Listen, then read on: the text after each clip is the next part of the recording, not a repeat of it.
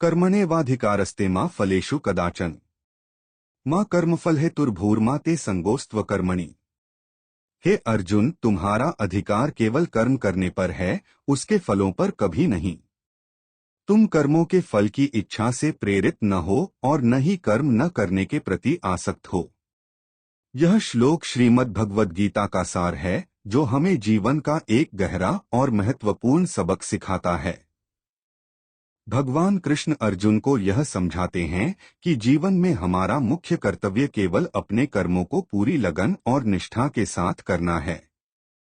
हमें इस बात की चिंता नहीं करनी चाहिए कि उन कर्मों का फल क्या होगा, क्योंकि परिणाम हमारे नियंत्रण में नहीं होते। जब हम फल की इच्छा से कर्म करते हैं, तो हमारे मन में लोभ, मोह और भय जैसी भावनाएं उत्पन्न होती हैं। अगर हमें मनचाहा परिणाम नहीं मिलता, तो हम दुखी हो जाते हैं और निराश हो जाते हैं। लेकिन अगर हम फल की आसक्ति के बिना केवल अपने कर्तव्य पर ध्यान केंद्रित करते हैं, तो हम इन भावनाओं से मुक्त हो जाते हैं।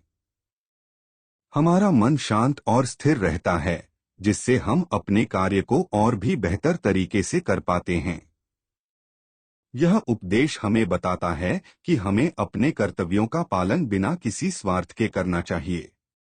चाहे वह हमारा काम हो, परिवार की जिम्मेदारी हो या समाज के प्रति हमारा दायित्व हो, हमें उसे अपना धर्म मानकर करना चाहिए। यदि हम ऐसा करते हैं, तो हमें सच्चा सुख और शांति मिलती है, जो किसी भी भौतिक फल से कहीं अधिक मूल्यवान है।